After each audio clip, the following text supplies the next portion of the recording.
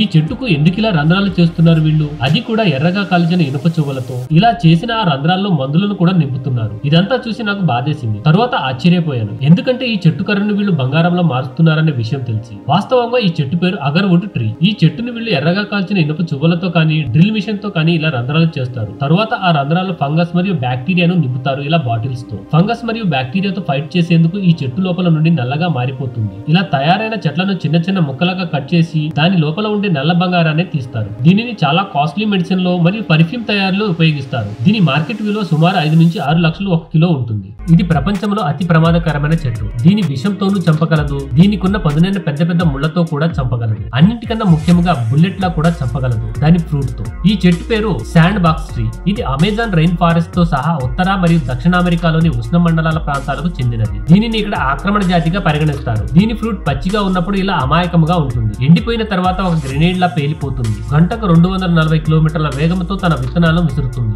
ఏదైనా జీవిని పైకి పంపడానికి ఈ స్పీడ్ చాలా ఎక్కువ. అంతేకాదు ఈ చెట్టు పైకి ఎక్కినా లేదా తాకినా కూడా దానికున్న పెద్ద పెద్ద ముళ్లతో కూడా చంపగలదు. ఇది చాలకపోతే దాని విషం కూడా చాలు యమపురికి పంపించడానికి. ఈ చెట్టు నుండి వచ్చే నీరు ఒక ఊరికి సరిపోతుంది. మామూలుగా నీరు దొరకని ప్రదేశాలలో భూమి లోపల ఉండే నీటిని బోర్ బావి ద్వారా లేదా నీరు ఉండే ప్రాంతాల నుండి ట్యాంకర్ల ద్వారా తెచ్చుకుని నీటి అవసరాలు తీర్చుకుంటాం కదా. కానీ ఇక్కడి వారు చెట్టు నుండి నీటిని తోడుకొని వారి అవసరాలు తీర్చుకుంటారు. ఈ చెట్టు పేరు బావ్ ట్రీ. ఈ చెట్టు తన ట్రంక్ లోపల దాదాపు 1,00,000 లీటర్ల వరకు నీటిని నిల్వ చేస్తుంది. ఇవి ఆఫ్రికాలోని మడగాస్కర్ లో ఎక్కువగా ఉంటాయి. వీటిని చూస్తే అనిపిస్తుంది వీటి వేరు భాగం పైన, కాండప భాగాలు క్రింద వైపు ఉన్నాయా అనిపిస్తుంది. ఇక్కడ చాలా మంది ఆదివాసులు ఈ చెట్లపై ఆధారపడి జీవిస్తున్నారు. అయితే ఇక్కడ నీరు దొరకని సమయాల్లోనే వీరు ఈ చెట్టు నీటిని ఉపయోగిస్తారు.